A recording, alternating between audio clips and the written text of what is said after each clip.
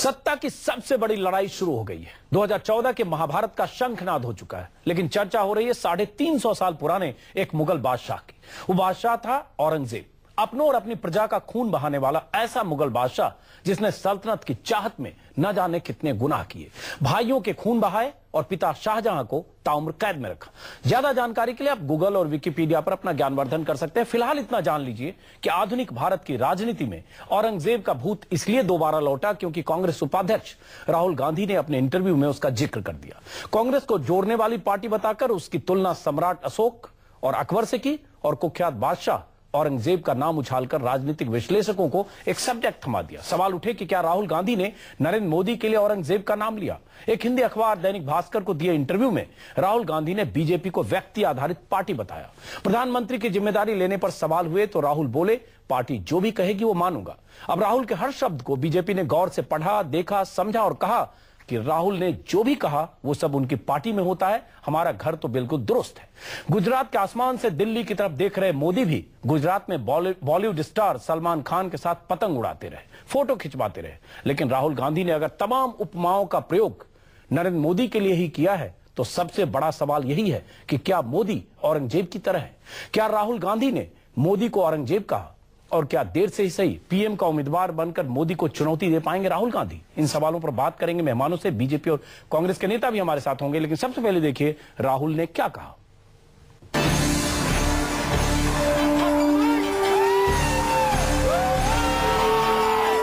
मकर संक्रांति की सुबह नरेंद्र मोदी के सियासी अरमानों की पतंग अहमदाबाद के रंग बिरंगे आसमान में परवाज भरने की कोशिश कर रही थी। जाड़े की गुनगुनी धूप में काले चश्मे के पीछे से झांकती मोदी की आंखें सत्ता के सपनों की ऊंचाइयां नाप रही थी। सिल्वर स्क्रीन के सबसे बड़े सितारे के साथ जय हो के नारे लग रहे थे। सलमान खान के मुंह से मोदी के लिए फूल झड़ रहे थे। ठीक उसी वक्त एक बयान के सियासी मायने समझे जा रहे थे। एक खबर पक रही थी, वो खबर जो केरल से चली, अखबारों में छपी और मोदी की इमेज से चस्पा हो गई। ये राहुल गांधी का सीधा साक्षात्कार था जिसमें औरंगजेब का जिक्र आया। हिंदी अखबार दैनिक भास्कर को दिए इंटरव्यू में राहुल ने कहा, भारत में सम्राट अशोक हुए, अकबर हुए, औरंगजेब भी रहा। सम्राट अशोक जोड़ने के लिए प्रसिद्ध हुए, अकबर ने भी लोगों को जोड़ा, तो उनके नाम अलग ही सम्मान के साथ लिए जाते हैं। औरंगजेब का नाम अलग तरह से लिया जाता है। कांग्रेस 100 सालों से जोड़ने का ही काम कर रही है। यूं तो राहुल गांधी ने इस इंटरव्यू में सिर्फ 3 बादशाहों के नाम लिए, लेकिन राजनीति समझने वालों के लिए इशारा ही काफी होता है। सो मौजूदा सियासत की कसौटी पर अतीत के पन्नों से निकाले गए उदाहरणों के मायने निकाले जाने लगे। सवाल उठने लगे कि ये मिसालें किसके लिए दी गईं? राहुल ने कांग्रेस को जोड़ने वाली ताकत बताया, यानी अपनी पार्टी की तुलना सम्राट अशोक से की, तो फिर आधुनिक भारत का औरंगजेब कौन हुआ? क्या राहुल गांधी ने नरेंद्र मोदी को औरंगजेब कहा? अपने सेनापति के बारे में ऐसे विशेषण पार्टी को भला कैसे रास आते? लिहाजा पार्टी ने विशेषणों की काट में घर की ही विशेषता गिना डाली। वहाँ पर परिवार से आगे कुछ नहीं दिखता। राहुल गांधी जी, ये बीजेपी में ही संभव है कि एक छोटा कार्यकर्ता जो गरीब परिवार में पैदा हुआ, जिसके पिताजी चाय बेचा करते थे, उसको भी हम प्रधानमंत्री पद का उम्मीदवार बना सकते हैं। अगर वाकई औरंगजेब का उदाहरण देते वक्त राहुल गांधी के जहन में नरेंद्र मोदी का अक्स था, तो ये जानना भी जरूरी है कि औरंगजेब था कौन। करीब 350 साल पहले औरंगजेब हिंदुस्तान का वो मुगल बादशाह था जिसने शहंशाह बनने के लिए अपने भाइयों का खून बहाया, सल्तनत की खातिर अपने पिता को बंदी बनाया, जिसके शासन में हिंदुओं का कत्लेआम हुआ। तो क्या मोदी से औरंगजेब की तुलना मुमकिन है? और क्या गुजरात दंगों की वजह से इस विशेषण को मोदी से चस्पा किया जा रहा है? राहुल से सवाल हुए कि नरेंद्र मोदी की लोकप्रियता पर आप क्या कहेंगे, तो जवाब आया, बीजेपी व्यक्ति आधारित सत्ता चाहती है जो देश हित में नहीं है। कांग्रेस इस देश के डीएनए में है। बीजेपी कांग्रेस मुक्त भारत की बात कह रही है। वो ये नहीं समझती कि कांग्रेस ही एकमात्र ऐसी राजनीतिक शक्ति है जिसने लोगों को देश में जोड़ कर रखा है। सवाल ये भी हुए कि क्या राहुल गांधी प्रधानमंत्री पद की जिम्मेदारी लेंगे? जवाब मिला, देश के हित में कांग्रेस का सत्ता में आना जरूरी है और उसके लिए संगठन ने जो जिम्मेदारी दी है या भविष्य में देगी, उसे मैं पूरी निष्ठा के साथ निर्वाह करूंगा। बहरहाल खबरों की नब्ज पकड़ने वालों ने राहुल के बयानों को मोदी की तरफ फेंकी गई मिसाइल माना। सियासी जमात ने 350 साल पहले के कुख्यात बादशाह औरंगजेब के खूनी कारनामों का कच्चा चिट्ठा खंगाला। इसीलिए सबसे बड़ा सवाल उठा है कि क्या नरेंद्र मोदी औरंगजेब की तरह हैं? और क्या पीएम का उम्मीदवार बनकर राहुल मोदी को चुनौती दे पाएंगे? Bureau report, news 24। कांग्रेस के नेता और कार्यकर्ता पिछले 2-3 सालों से लगातार ये मांग करते रहे, अपने दिल की ख्वाहिश जताते रहे हैं कि राहुल गांधी प्रधानमंत्री के पद के लिए उम्मीदवार के तौर पर सामने आए, प्रधानमंत्री के उम्मीदवार के तौर पर उन्हें आगे रखकर चुनाव लड़े। ये पिछले कई महीनों से कांग्रेस के कई नेता भी कहते रहे, लेकिन अलग अलग कॉर्नर से ये बातें खारिज होती रही। लेकिन अब खबर आ रही है कि क्या 2 दिन बाद होने वाले 17 तारीख को होने वाले एआईसीसी की बैठक में ऐसा कोई फैसला हो सकता है। इसी बीच राहुल गांधी का ये इंटरव्यू में तमाम बातें राहुल गांधी ने कही है, जिसमें यह भी कहा है कि पार्टी के सिपाही हैं, कार्यकर्ता हैं, पार्टी जो भी कहेगी वो करेंगे। क्या है मतलब राहुल गांधी के इस इंटरव्यू का और क्यों उन्होंने औरंगजेब का जिक्र किया, इन्हीं सवालों पर चर्चा करेंगे।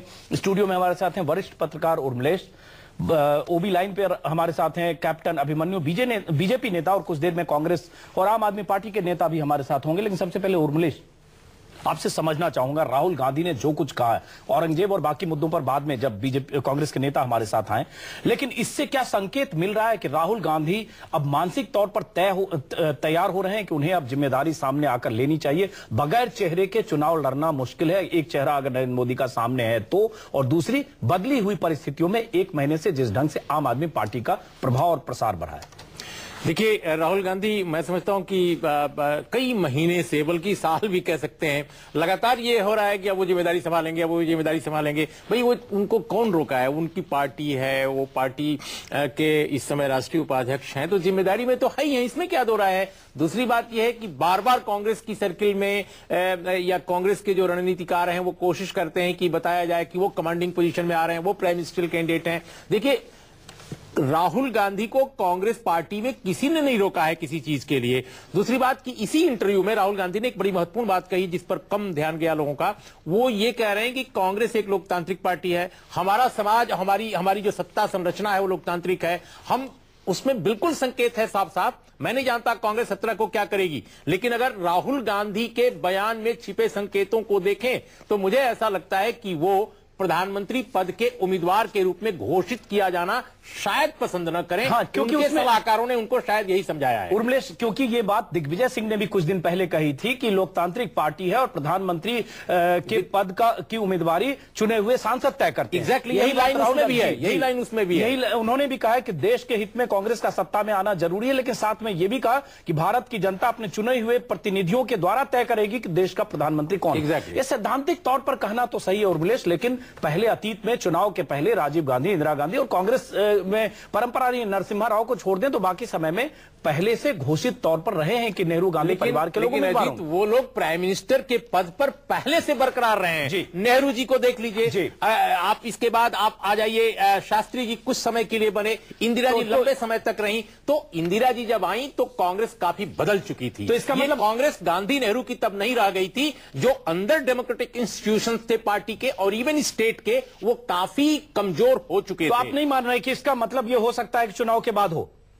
मैं नहीं जानता कांग्रेस क्या कर लेगी। चुनाव के बाद क्या होगा, क्योंकि कांग्रेस पार्टी का हाल इस समय इतना बुरा है कि उसको सलाह देने वाले, उसकी रणनीति बनाने वाले स्वयं वो इतने असमंजस और दुविधा में है कि वो क्या करेंगे। लेकिन अगर इस लाइन का अर्थ मुझसे पूछा जाए एक जर्नलिस्ट के नाते, तो मैं यही कहूंगा कि राहुल गांधी शायद प्रधानमंत्री पद के उम्मीदवार के रूप में नरेंद्र मोदी की तरह अपनी पार्टी की तरफ से घोषित नहीं होना चाहते। चलिए, राजीव त्यागी हमारे साथ स्टूडियो में आ चुके हैं, कांग्रेस नेता। राजीव जी, आपने पढ़ा होगा आपके आदरणीय राहुल गांधी पार्टी नेता, उन्होंने कहा है बहुत सारी बातें जिसमें उन्होंने कही है कि मैं कांग्रेस का सिपाही हूं, पार्टी जो भी कहेगी वो तय करे, हम फैसला जो पार्टी लेगी उस पर मैं अमल करूंगा, जो भी मुझे आदेश मिलेगा मैं उसका पालन करूंगा, कांग्रेस जो कहेगी मैं वही करूंगा। इन सब के कहने का क्या मतलब निकाला जाए? मतलब निकाला जाए कि राहुल गांधी तैयार हैं, या एक सवाल जब उनसे पूछा गया तो उन्होंने कहा मेरी जिंदगी में कोई रिलक्टेंस जैसी कोई चीज नहीं है?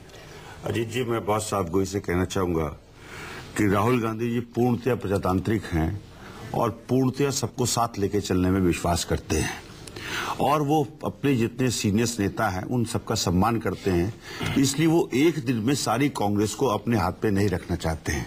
वो डेमोक्रेटिक तरीके से सबको साथ लेकर के कांग्रेस को बदलना चाहते हैं। वो ऐसी कांग्रेस चाहते हैं जिसमें कांग्रेस के नेता अंतिम छोर पर बैठे हुए, जो महात्मा गांधी कहा करते थे, अंतिम छोर पर बैठे उस व्यक्ति के लिए कार्य करें जो विकास से महरूम, आखिरी पायदान के आदमी के लिए, तब सुनने के लिए सैद्धांतिक रूप से भी देखिए आप, अगर 10 साल का राजनीतिक जीवन देखेंगे राहुल गांधी जी का, तो राहुल गांधी की बात करेंगे, नहीं हम कांग्रेस की बात करेंगे, व्यक्ति की बात मत करेंगे। राहुल गांधी जी कांग्रेस का अभिन्न अंग है। और आज राहुल गांधी का जो इंटरव्यू छपा उसके बेस पे मैं कह सकता हूं 10 साल में उन्होंने कभी भी सत्ता के प्रति अपनी लोलुपता नहीं दिखाई है, जो एक बहुत बड़ा विषय है। आज जिस तरह से सत्ता लोलुपता दिखती है नेताओं में, वो सत्ता लोलुपता राहुल गांधी जी में नहीं है। और कांग्रेस पार्टी जैसे कि अभी उमलेश जी ने कहा कि कांग्रेस पार्टी की स्थिति खराब है, मैं इनसे इसलिए सहमत नहीं हूं। कांग्रेस पार्टी जानती है कि किस तरह से शॉक ऑब्जर्वर्स को इस्तेमाल करके वापस कैसे आ जाए मेन स्ट्रीम में। चलिए वापस आते हैं उस इंटरव्यू पर। कांग्रेस की हालत खराब नहीं है, आपको भी लग रहा है, तो मुझे लगता है आप लोग सलाम कबूल करिए, क्योंकि 4 राज्यों के नतीजे, उसके बाद भी कांग्रेस की हालत बहुत अच्छी लग रही है। और अभी एक सर्वे आया, अभी कल ही एक सर्वे, हालांकि सर्वे को खारिज करने की आपकी परंपरा है, क्योंकि हाल के दिन में आपकी सेहत हर सर्वे में अच्छे नहीं है। उस सर्वे में दिल्ली में 7 सीटों में 6 सीटें कांग्रेस को, आप समझ सकते हैं कांग्रेस की हालत क्या है। देखिए मैं एक बात कहना चाहूंगा इसमें सर्वेस के बारे में, जो आपने कहा वो तो मैं नहीं कह रहा हूं, लेकिन जो आपने कहा कि विधानसभा चुनाव वाला मामला है, 98 से लेके आज तक का इतिहास देखेंगे, 98 में हम चारों स्टेट के चुनाव जीते थे, और 99 में हम लोकसभा हार गए थे। बीजेपी के विधानसभा का चुनाव लोकसभा का चुनाव का पैमाना नहीं है, लोकसभा का चुनाव पंचायत चुनाव का पैमाना नहीं है, पंचायत चुनाव नहीं पैमाना है। हम आते हैं इस मुद्दे पर। कैप्टन अभिमन्यु, सबसे पहला सवाल हम औरंगजेब के मुद्दे पर भी आएंगे, लेकिन एक बात राहुल गांधी ने कहा है कि बीजेपी व्यक्तिवादी पार्टी है। बीजेपी को उन्होंने कहा है व्यक्तिवादी पार्टी है, जो देश हित में नहीं है। सत्ता किसी एक व्यक्ति की सोच और उसके अपने तरीकों से नहीं चलनी चाहिए। देखिए, राहुल गांधी जी ने अभी बोलना शुरू किया है, और धीरे धीरे जैसे जैसे वो बोलेंगे उनकी बातों को पूरा देश जो है आकलन कर सकेगा, उसका विश्लेषण कर सकेगा। हम भारतीय जनता पार्टी के वो लोग हैं जो किसी परिवार की राजनीति नहीं करते हैं। हम सांस्कृतिक राष्ट्रवाद के आधार पर चल करके इस देश के 125 करोड़ लोग सबको साथ लेकर के सबका विकास करने की राजनीति करते हैं। ये पूरा देश जानता है। मेरे मित्र कांग्रेस के जो प्रवक्ता हैं, वो भी, उनको सफाई देने की क्या आवश्यकता है कि कांग्रेस, राहुल गांधी जी प्रजातांत्रिक हैं, उनकी सोच लोकतांत्रिक है, कांग्रेस को बदलना चाहते हैं। कांग्रेस के नेता आजकल जिस प्रकार से वो जनता से दूर हो गए हैं, अंतिम पायदान पर बैठे हुए व्यक्ति की सोच राहुल जी पैदा करना चाहते हैं। ये सफाई देने की आवश्यकता आज क्यों पड़ रही है? क्योंकि देश प्रश्न कर रहा है, लेकिन देश सवाल कर रहा है कि कांग्रेस में किस प्रकार का क्राइसिस आ गया है। क्या कांग्रेस में आज दृष्टि का, विजन का क्राइसिस है, कोई दिशा का क्राइसिस है, सोच का क्राइसिस है, आइडियाज का क्राइसिस है, विजन का क्राइसिस है, लीडरशिप का क्राइसिस है? ये सारे क्राइसिस के सारे प्रश्न चिन्ह जो आज खड़े हो रहे हैं, उसके कारण से आज कांग्रेस पार्टी को नई नई सफाइयां देनी पड़ रही हैं। कैप्टन अभिमन्यु, कहूंगा कि राहुल जी अभी जी एक, जब राहुल गांधी जब ये कहते हैं कि भाजपा एक व्यक्ति आधारित पार्टी है, व्यक्ति आधारित सत्ता चाहती है, तो मुझे लगता है जब कांग्रेस की भी बात करेंगे तो कांग्रेस व्यक्ति आधारित पार्टी मानी गई है। उर्मिलेश पहले संक्षिप्त टिप्पणी, उसके बाद इनसे मैं जाऊंगा। मैं राजीव जी माफ करेंगे। देखिए, जहां तक व्यक्ति आधारित पार्टी की बात कह रहे हैं राहुल गांधी बीजेपी के अनेक विचारधारात्मक जो मानदंड हैं उनसे मैं बिल्कुल असहमत हूं एक जर्नलिस्ट के तौर पे। लेकिन मैं ये नहीं मानता राहुल गांधी की बात कि वो व्यक्ति आधारित पार्टी है। देखिए, बीजेपी एक राइट विंग की ऐसी पार्टी है जो कैडर बेस है, पहली बात। और दूसरी बात, कैप्टन अभिमन्यु ने बड़ी इंपॉर्टेंट बात कही कि भाई इनकी पूरी विचारधारा सांस्कृतिक राष्ट्रवाद से प्रेरित है और इसके मूल में आरएसएस है। इसीलिए कहा जाता है कि वो किसी बंगले से नहीं बल्कि नागपुर के एक मुख्यालय से चलती है पार्टी। ये बिल्कुल सही उन्होंने कहा। सांस्कृतिक राष्ट्रवाद की जो थीसिस है उसके आधार पर इस पार्टी का ताना बाना बुना है, इसलिए इसको व्यक्ति आधारित पार्टी कहना ठीक नहीं होगा। लेकिन राहुल गांधी जी के संदर्भ में अगर देखा जाए तो जो अभी राजीव जी कह रहे थे, अभिमन्यु जी कह रहे थे, मैं उनकी इस राय से भी सहमत हूं कि इस वक्त कांग्रेस के सामने, और मुझे विश्वास है कि कांग्रेस के संजीदा लोग, समझदार लोग इस बात को जरूर मानेंगे, तभी वो इस संकट से निकलेंगे। कांग्रेस के पास सबसे बड़ा संकट आज है विचारधारा का, आइडिया का, कि कैसे इस गतिरोध से, इस वैचारिक संकट से कांग्रेस पार्टी बाहर आए। चलिए, बहुत बड़ी बात उर्मिलेश ने कही विचारधारा और आइडिया का। साथ में ये भी फिर आपसे मैं उसी पर मुद्दे पर आऊंगा कि जब आप बीजेपी को कहते हैं व्यक्ति आधारित सत्ता चाहती है जो देश हित में नहीं है, और साथ में कांग्रेस इस देश के डीएनए में, जब आप ये कहते हैं इस देश के डीएनए में 11-12 राज्यों में आपकी सरकार और बाकी हमने हाल के चुनाव देखे उत्तर प्रदेश में कहां हाशिए पर है और बाकी 4 राज्यों में, मुझे लगता है यहां विरोधाभास है। आप अभी भी सच को कबूल करने और समझने को तैयार नहीं है। आप उसी गुब्बारे पर सैर कर रहे हैं जो 25 साल 30 साल पहले कांग्रेस का गुब्बारा। जी बिल्कुल नहीं, मैं सहमत नहीं हूं अजीत जी आपसे। और मैं कहना चाहूंगा जो मेरे मित्र ने कहा अभी भारतीय जनता पार्टी के, वो शायद भूल रहे हैं कि हम प्रजातांत्रिक देश में रह रहे हैं। प्रजातांत्रिक देश में सिद्धांत और संस्थाएं महत्वपूर्ण होती हैं। जो व्यक्ति उन सिद्धांतों को और संस्थाओं को आगे बढ़ाने का काम करता है वो व्यक्ति भी महत्वपूर्ण होता है। राहुल गांधी वही कार्य कर रहे हैं। संस्था को अच्छी तरह से चलाने के लिए वो ऐसे नियम लागू कर रहे हैं जिससे कि नौजवान जो राजनीति से बिल्कुल विमुख था वो नौजवान राहुल गांधी खुलकर खेल क्यों नहीं रहे, सामने क्यों नहीं आ रहे? ऐसे ना, वो डर रहे हैं क्या कि उनको लग रहा है कि इस चुनाव में देश में हवा खराब है, अभी सामने आए शिकस्त हो गई तो लगे राहुल का सिक्का नहीं चला। एक कहावत है, Rome was not built in a day. किसी भी देश को बनने के लिए एक लंबा समय चाहिए, लंबा अंतराल चाहिए, और उस लंबे अंतराल के लिए राहुल गांधी जी भी पार्टी को नई तरह से नई सोच के साथ अभी चुनाव है। राहुल गांधी 4-5 साल से बहुत सक्रिय हैं, उत्तर प्रदेश और कई राज्यों में चुनाव लड़ाया, बिहार में गए, अभी वक्त है। आप या तो कहीं ना कहीं एक डर है, एक झिझक है कि पूरे विश्व में अजीत अंजुम जी एक भी नेता बताइए जिसने अपने जीवन काल में सारी जीतें प्राप्त करी हो, कोई हार ना प्राप्त करी हो। एक भी नेता पूरे विश्व के प्रधानमंत्री देशों में नहीं होगा। राहुल गांधी जी ने भी कर्नाटक का चुनाव जीता, राहुल गांधी जी के नेतृत्व में हिमाचल का चुनाव जीता। कर्नाटक में राहुल गांधी जितना जीते उससे ज्यादा येदुरप्पा और रेड्डी ब्रदर्स की वजह से बीजेपी हारी। आज वही येदुरप्पा आज बीजेपी के साथ बैठे हुए, ठीक है, वो तो जिन पर भ्रष्टाचार के आरोप। लेकिन मैं आपसे राजीव त्यागी जो सवाल पूछ रहा हूं जवाब नहीं दे रहे। राहुल गांधी क्या डरे हुए हैं कि इस समय देश में माहौल सही नहीं है? इस समय राहुल गांधी अगर सामने आए तो राहुल का सिक्का नहीं चलेगा, तो एक होगा कि राहुल भी नहीं चल पाए। प्रजातांत्रिक देश में सबसे पहला एतराज तो मेरा इस बात पे है कि हम कांग्रेस मुक्त देश, कांग्रेस मुक्त भारत को देखना चाहते हैं। फिर मेरे सवाल का मैं उसमें जवाब दे रहा हूं, उसी पे आ रहा हूं। प्रजातांत्रिक देश में जब आप कहते हैं डर नाम की कोई चीज नहीं होती है प्रजातांत्रिक देश में लीडर्स के, आप मेरे सवाल का जवाब नहीं दे रहे। आप मेरे सवाल का राहुल गांधी ना कांग्रेस पार्टी का एक आम कार्यकर्ता किसी बात से डरा हुआ नहीं है। हम लोग अपनी नीतियों अपने कार्यक्रमों पे हैं, और जैसे उर्मिला जी ने कहा कि हम पे कोई पॉलिसी नहीं रह गई है।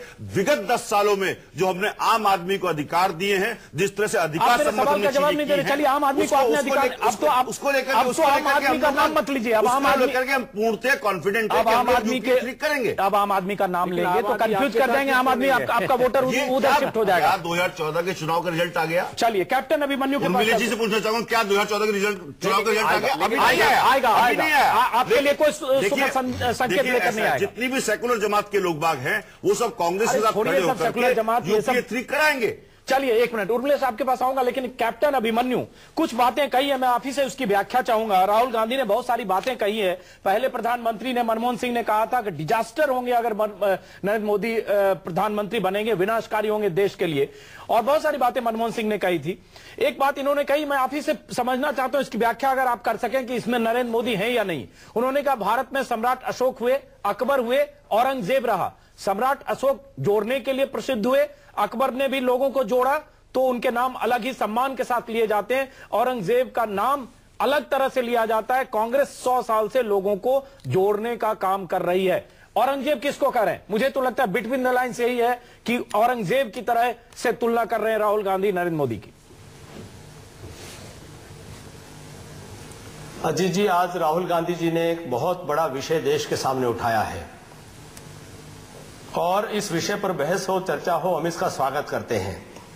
पहला विषय यह है कि उन्होंने कहीं न कहीं औरंगजेब के शासन की पद्धति के ऊपर प्रश्न चिन्ह खड़ा किया है, और अगर औरंगजेब उस प्रकार का जुल्मी शासक था जिसे राहुल गांधी जी भी बयान कर रहे हैं और बहुत इतिहास उस बात को बयान करता है, तो फिर आज तक दिल्ली के अंदर औरंगजेब के नाम पर रोड क्यों है, ये देश सवाल पूछता है उनसे। दूसरा मेरा विषय है कि ये राहुल गांधी जी जिस संस्कृति से निकल करके आते हैं, वह बादशाहत, वह शहजादा, वह युवराज, वह परिवारवाद, उनकी सोच ये सम्राट और बादशाहों तक ही रह जाती है। तो औरंगजेब से तुलना करने पे आपको एतराज नहीं है?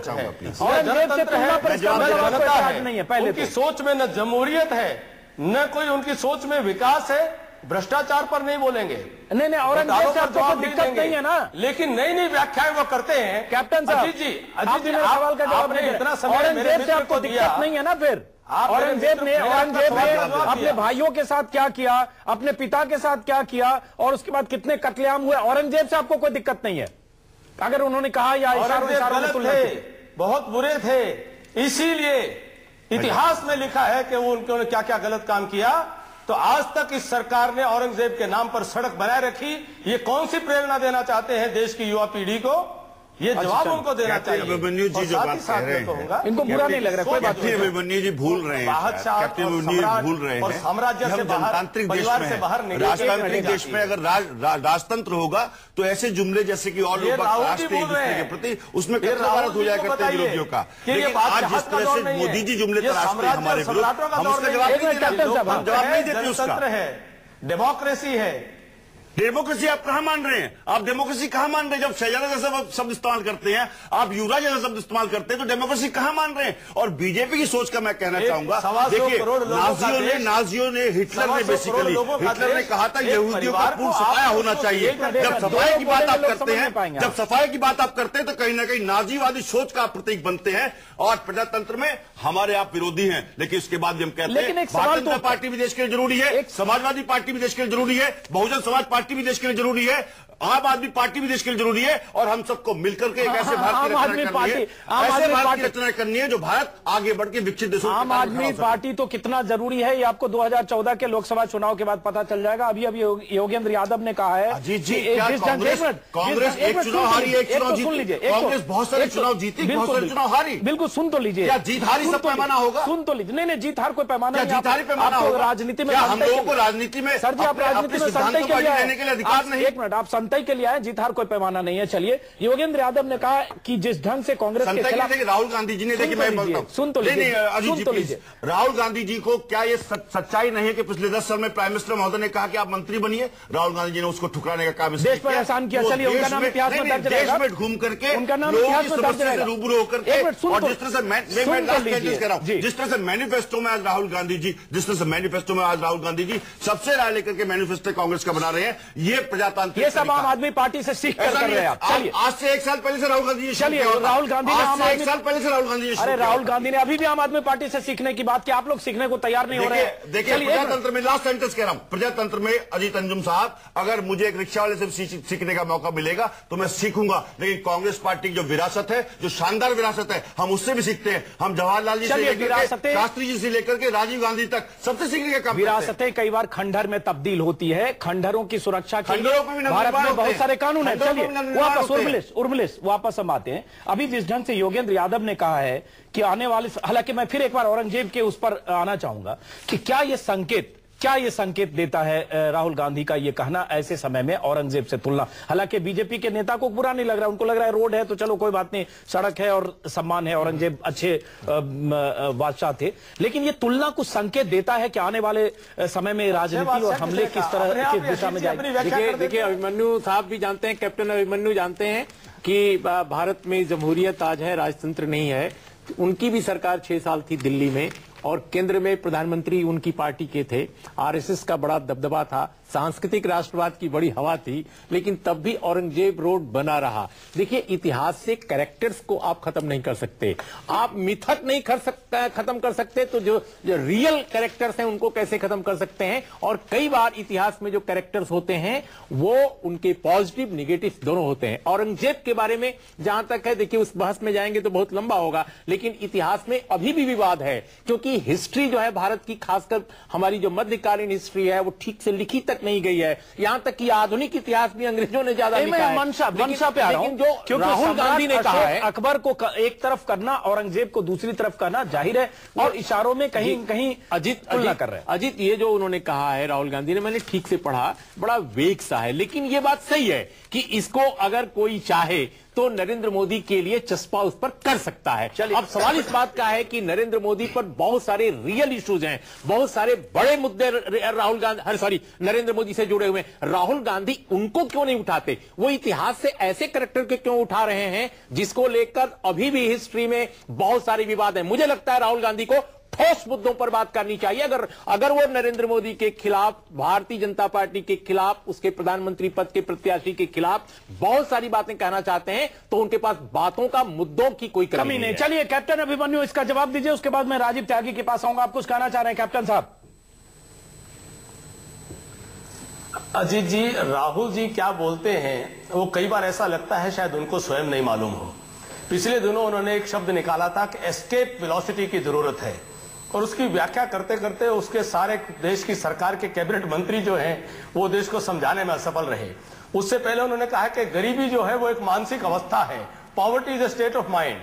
वो मुझे लगता है कि उनको स्वयं भी इस बात की जो है समझ नहीं होगी कि वो कह क्या रहे हैं। उनको कोई लिख करके दे देते हैं और वो उसको जाकर के बोल देते हैं। नहीं, ये लिख कर देने वाली बात कहिएगा तो मोदी ने भी कई चूकें की है। आज भी मोदी ने श्यामा प्रसाद मुखर्जी के नाम पर क्या कहा आपको पता होगा? अस्थि कलश लाने वाली बात पटना की अस्थि और श्यामा प्रसाद मुखर्जी की अस्थियां बताई उन्होंने। पटना की रैली में बीजेपी की स्थापना की, इसलिए पर्ची मोदी भी का ज्ञान इतना पुअर है। जनसंघ की स्थापना की वो उस व्यक्ति के नाम ने लेकर, तो इसका मतलब पर्चियां हर तरफ पढ़ी जाती है कैप्टन साहब। लेकिन चलिए ब्रेक का वक्त है, ब्रेक के बाद वापस लौटेंगे। जवाब देना चाहूंगा जी, आपके पास जवाब भी लेंगे और साथ में ये भी कहें, राहुल गांधी की तरफ से आज ही अजय माकन ने ट्वीट किया, राहुल जी के 9 हथियार दूर करेंगे भ्रष्टाचार। ये 9 हथियार क्या है, इस पर भी चर्चा करेंगे। ऐसे समय में क्यों जगे जब भ्रष्टाचार को लेकर दिल्ली में एक सरकार बन गई? कहीं ये तो नहीं हुजूर आते आते बहुत देर कर दी, या हुजूर जगते जगते बहुत देर कर दी?